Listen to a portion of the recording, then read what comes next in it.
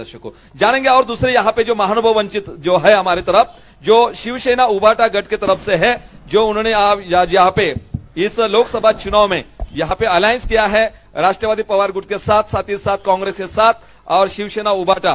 पप्पू भाई कुलकर्णी, आपसे यहाँ पे विनती है कि आप अपने विषय रखने का प्रयास करें। पप्पू भाई कुलकर्णी, उबाटा। मैं पप्पू भाई कुलकर्णी, शिवसेना डिस्ट्रिक्ट कोऑर्डिनेटर, जिला समन्वयक हूं। अभी आपने जो इशू रखा है जी, वो शुरुआत कहां से करनी है, तो मैं लातूर से ही करता हूं, अपने अपने कॉन्स्टिट्यूएंसी से करता हूं। जी जी जी, बोलिए। ये जो सदगृहस्थ है, अभी जो खासदार बोल के चुन के आए, उनका पूरा नाम भी मुझे पता नहीं है जी। उनको 5 साल में हमने कभी देखा नहीं है। बिल्कुल। वो कभी आते हैं सिर्फ इवेंट मैनेजमेंट के हिसाब से आते हैं और चले जाते हैं। वो रहते मुंबई में जी, है ओरिजिनली लातूर के, रहते मुंबई में है और यहाँ आके सिर्फ ये करके जाते हैं। सबसे बड़ी बात एक ये आपके चैनल के माध्यम से मैं ये बोलना चाहता हूं जी सर, कि जो भाजपा का कैडर है लातूर डिस्ट्रिक्ट का जी, उनमें से कोई भी नहीं चाहता ये आदमी चुन के आए जी। अच्छा, ये सब अंदरूनी अंडरग्राउंड इनको गिराने का ही काम कर रहे हैं जी। ये हो गया लातूर का।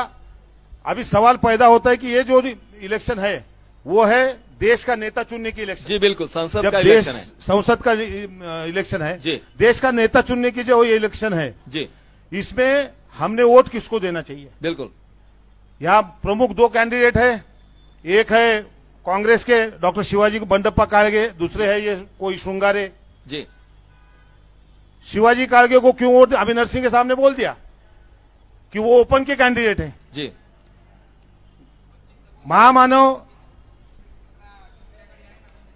महामानव डॉक्टर बाबा साहब आंबेडकर के संविधान में जो लिखा है जी, उस हिसाब से डॉक्टर शिवाजी बंडप्पा काळगे के पास एससी का सर्टिफिकेट है, यानी वो एससी कैटेगरी में आते हैं। ये वंचित वालों का दुष्प्रचार है कि ये जानबूझ के बता रहे कि ओपन वाला है, ओपन वाला है। हर एक धर्म में, हर एक पंथ में एससी भी है, ओबीसी भी है, बिल्कुल। उसमें से डॉक्टर शिवाजी बंडप्पा काळगे ये लिंगायत समाज के एससी कैटेगरी में आते हैं, उनके पास वैसा सर्टिफिकेट है। दूसरे है ये श्रृंगारे साहब, जो 5 साल में कभी मुंह ही नहीं दिखाए। 5 साल में लातूर के लिए भाजपा ने क्या काम किया, किसी को भी पूछो। अभी सुनील गायकवाड़ साहब भी हमारे बोल देंगे बोगी का कारखाना लाया जी, उसके आगे इनका कुछ नहीं हुआ। बोगी का कारखाने का 3 बार उद्घाटन किया इन लोगों ने, अभी तक वो फुल प्लेज चालू नहीं हुआ है। जिला हमारे लातूर डिस्ट्रिक्ट का देखिए कैसा है, मेडिकल कॉलेज है हमारे पास, 2 मेडिकल, एक प्राइवेट है एक गवर्नमेंट है, लेकिन हमारे पास जिला रुग्णालय नहीं है, डिस्ट्रिक्ट हॉस्पिटल हमारे पास नहीं है। तो ये 5 साल में एक खासदार ने क्या किया, मंजूर हो गया है तो यहाँ के एमएलए और जो भी मंत्री थे इन लोगों ने क्या किया। लातूर वाले ने वोट क्यों देना है। लातूर का वाटर ग्रिड का ये लोग बात करते कि वाटर ग्रिड हमने लाई है, कहाँ है वाटर ग्रिड जी। ये सिर्फ और सिर्फ दिखाने की बात है, जैसे मोदी साहब की दिखाने की बात रहती है जी। 2014 में जब आए थे तब क्या था उनका लोगो, ये अच्छे दिन, वो अच्छे दिन में हम बोल रहे आने वाले, हम उनके साथ ही थे तब जी, उनका ही प्रचार करते थे, हम भी झांसे में आ गए। आपने भी राह देखी अच्छे दिन की जी। बहुत हुई महंगाई की मार आपकी बार, बहुत हुई पेट्रोल डीजल की मार आपकी बार। बिल्कुल। ये करते करते करते 2014 का इलेक्शन निकल गया, चुन के आगे प्रधानमंत्री बन गए। उसके बाद क्या, 2013 के बाद 2024, 2014 के बाद 2024 तक सुनील गायकवाड़ जी ने मुझे एक ऐसी चीज बताना कि जिस देश में जो सस्ती हो गई है जी, पेट्रोल है, डीजल है, खाने का है, तेल है, दाल है, एक चीज बता देना इन लोगों ने कि 2014 से 2024 तक सस्ती हो गई है। एक ही चीज सस्ती हो गई है। कुलकर्णी साहब एक बार और आपको बता दूं मैं, 2014 में सोना जो था 10 ग्राम वाला, उनका रेट था 28,000, मालूम है आपको। आज 74 हो गया। वही आपको याद, 74 हो गया। जी जी, मैं वही बोल रहा हूँ ना, वो डिटेल बोलने का तो मेरे पास 2 पन्ने हैं। जी जी जी जी। तो इन्होंने एक चीज का भाव, एक चीज सस्ती हो गई, लेकिन हाँ कौन सी, झूठ बोलना। जी जी जी जी जी जी, झूठ बोलना सस्ता। जी जी जी, या तालियों के साथ यहाँ पे स्वागत करें आप लोग भी, क्या बात है जी। जो भी है, मोदी रहने दो, फडणवीस रहने दो, या हमारा लोकल का भाजपा का कार्यकर्ता रहने दो जी, झूठ पक्का बोलेगा जी। और जनता के सामने आंकड़े तो ऐसे रखते हैं जी। ये अभी कल फडणवीस का कहीं भाषण में सुन रहा था, 55 करोड़ शौचालय हमने बनाए बोले देश में। कितने जी, 55 करोड़ शौचालय। मैं सोच रहा इस देश की 150 करोड़ जनता, 55 करोड़ इंटू एक घर में 3 लोग, ऐसा पकड़ रहा मैं जी। इस घर की 150 करोड़ जनता 2014 से पहले रास्ते पे रेलवे ट्रैक पे जाती थी। लोगों को समझना चाहिए ये कितना बेवकूफ बना रहे अपने को। जी 5 करोड़ का 55 करोड़ कर दिया इन्होंने। महंगाई की बात बोलो, उज्ज्वला गैस सिलेंडर कभी भी उठे, उज्ज्वला गैस सिलेंडर 9 करोड़ महिलाओं के आंसू हमने रुका दिए। हर पेट्रोल पंप पे बड़ी बड़ी यहाँ पे जाहिरात दिखाई देती है ना जी, कि हमने 9 करोड़ महिलाओं के आंखों के आंसू रोक दिए जी, और हमने 9 करोड़ उज्ज्वला सिलेंडर दे दिए। मैंने कल परसों एक भाषण में बोला था, जियो का सिम किसके पास है? यहाँ पे हाथ ऊपर करो। पहले जियो का सिम पहले फ्री में दिया। जी जी बिल्कुल। अभी कितना मारता है? उज्ज्वला सिलेंडर यही था। जी जी जी, सिलेंडर फ्री में दो देखा जाए और तो 400 रुपए का सिलेंडर 1200 में। एक बात सुनो ना कुलकर्णी साहब, एक बात सुनो, वैसा देखा जाए तो काउंटिंग में 30 दिन का महीना होता है, बराबर है ना? 30 दिन का महीना होता है, लेकिन अभी ये जो मोबाइल रिचार्ज वाले उनका महीना कितने दिन का है? इसका ये 2 दिन कहाँ चले गए भाई? ये भी सोचना चाहिए हमें लोगों को। तो जी इस हिसाब से इनका यदि हम निकालने गए, जी, एक तरफ बोल रहे थे हम कांग्रेस मुक्त भारत बनाएंगे, जी, अब ये कांग्रेस युक्त भाजपा है। जी जी जी, सब कांग्रेस के, राष्ट्रवादी के, दूसरे पार्टियों को सब इनके पास जमा हो गए हुए। अच्छा, इन्होंने क्या काम किया ये पूछे जाओगे तो बड़े बड़े आंकड़े आएंगे। जो इलेक्शन का पहला दौर हुआ उसके पहले मोदी जी के भाषण सुने आपने? जी, मोदी की गारंटी। अभी पहला चरण खत्म होती जब डाटा सामने आया, जी, खत्म हो गया, फिर चालू हो गए। कांग्रेस के इस पत्र में, जाहिरनामे में लिखा है कि तुम्हारी संपत्ति निकाल लेंगे और जिनके बच्चे ज्यादा है उनको बांटेंगे। मुसलमान का नाम नहीं ले सकते, इसी का बर्डन रहता। जी, जी। मैंने फिर सवाल पूछा मोदी जी से, जिनके बच्चे ज्यादा है उनको देंगे, आपके कितने बहन भाई है? जी, जी, 7 है। तो तुम्हारे भी घर में बच्चे बहुत पैदा हुए, तो तुम्हारे को मिलने वाले क्या? फिर जनता को भरमाने का काम ये जो लोग कर रहे हैं पिछले 10 साल से, ये व्हाट्सएप और फेसबुक के यूनिवर्सिटी पे पढ़ के, देख देख के हमारे जवान बिगड़ रहे और हमारे रिटायर्ड लोग बिगड़ रहे। जी, जो काम करते उनको ज्यादा टाइम नहीं है, जो रिटायर्ड घर में बैठे हुए और जो जवान खाली घूम रहे, जो बेरोजगार घूम रहे, जी, जिनको रोजगार नहीं दे पा रहे लोग, 2 करोड़ हर साल को रोजगार देंगे, बाद में बोलते पकौड़े तो लो। जी, तो ये जो लोग घूम रहे, इनके दिमाग में इन्होंने जो नफरत का जहर फैलाया हुआ है, उसकी वजह से इनकी दुकान आज चालू है। पहले चरण के बाद चालू हो गया, फिर वही। पहले तो इनको लगा था राम मंदिर पे अपने को वोट आ जाएंगे, राम मंदिर का इशू नहीं चला। फिर मोदी का गारंटी चालू हो गया, वो भी इशू नहीं चला। एक तरफ बोलते बेटी पढ़ाओ, बेटी पढ़ाओ, बेटी बचाओ, बेटी बचाओ, बेटी पढ़ाओ। मणिपुर में क्या हुआ? मणिपुर में 2 हमारी बहनों को नंगा करके घुमाया गया। जी, मोदी ने एक लफ्ज नहीं बोला। थी क्या किसी की? मोदी ने एक लफ्ज नहीं, वो महाबन नहीं थी क्या किसी की? हमारे देश के पहलवान जिन्होंने गोल्ड मेडल लाए, जी जी, महिला पहलवान, उन पे अत्याचार हो रहे बोल के 3-3 महीने वो लोग दिल्ली में बैठे रहे। ब्रिजभूषण शरण सिंह को कुछ भी बोलने की हिम्मत मोदी में नहीं।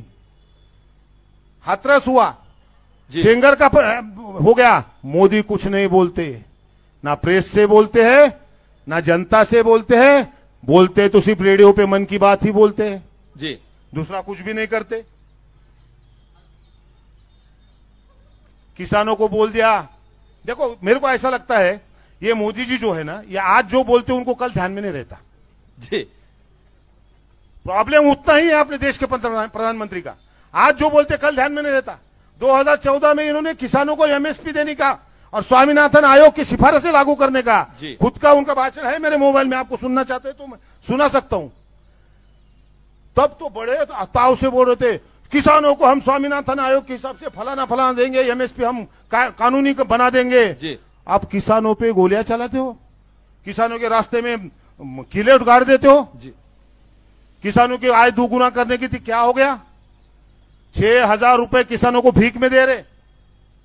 एक हिसाब हमारे मान साहब ने बताया, आपका भी नेशनल टीवी पे है इसलिए मैं जानबूझ के बता रहा हूँ। पूरा देश आपको देख रहा है, लॉर्ड बुद्धा टीवी चैनल पूरे देश में दिखाई देता है जी। यदि बाजार में हम गए तो गाय बैल भैंस खरीदने करने गए तो 50-60 हजार में आती है जी। यदि तुम गधा खरीदने गए, हम तो गए नहीं, लेकिन गधे का भी कीमत 15-20 हजार है जी जी जी। एक आधे पैसे वाला लोग होगा तो कुत्ते की कीमत 7-8-10 हजार है जी। और किसानों को देते ये 6,000 रुपए साल के।